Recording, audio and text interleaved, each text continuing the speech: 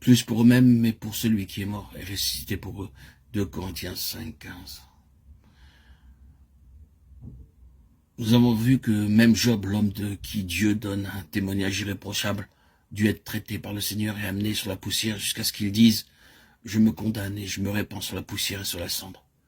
Puis, le Seigneur nous a éclairé davantage en dirigeant vers nous sa lumière et nous a montré qu'il y avait beaucoup de choses qu'il devait régler dans la chambre pleine de figures, qu'il y avait péché et sacrilège à ses yeux dû au manque de brisement de notre manière de toucher aux choses profondes de Dieu.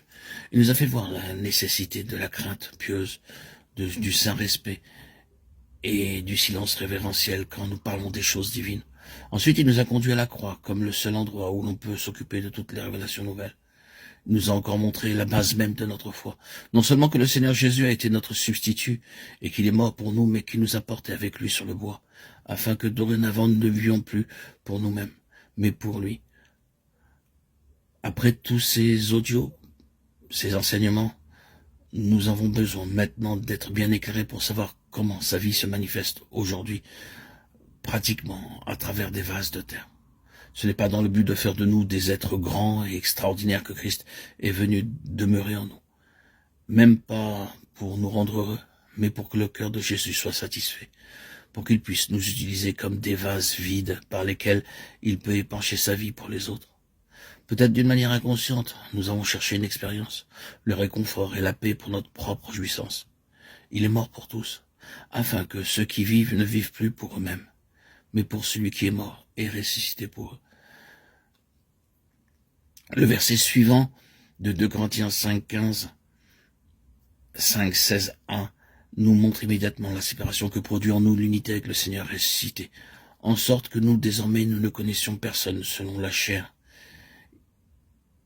plus pour eux-mêmes, mais pour celui qui est mort et ressuscité pour eux. Lorsque nous sommes amenés de l'autre côté de la croix, du côté de la résurrection, où Christ devient pour nous une personne vivante, puisque nous vivons désormais pour lui, il s'ensuit que nous voyons les autres du point de vue du Seigneur. Nous voyons chaque personne comme une âme que Jésus aime et pour laquelle il est mort. Nous ne les considérons pas avec notre humaine et vieille façon de voir, mais pour ainsi dire avec les yeux du Seigneur. Les tristes divisions de l'Église de Christ doivent cesser, car du côté céleste de la croix, nous sommes un avec lui. Par conséquent, nous devrions être un avec tous ceux qui sont en lui.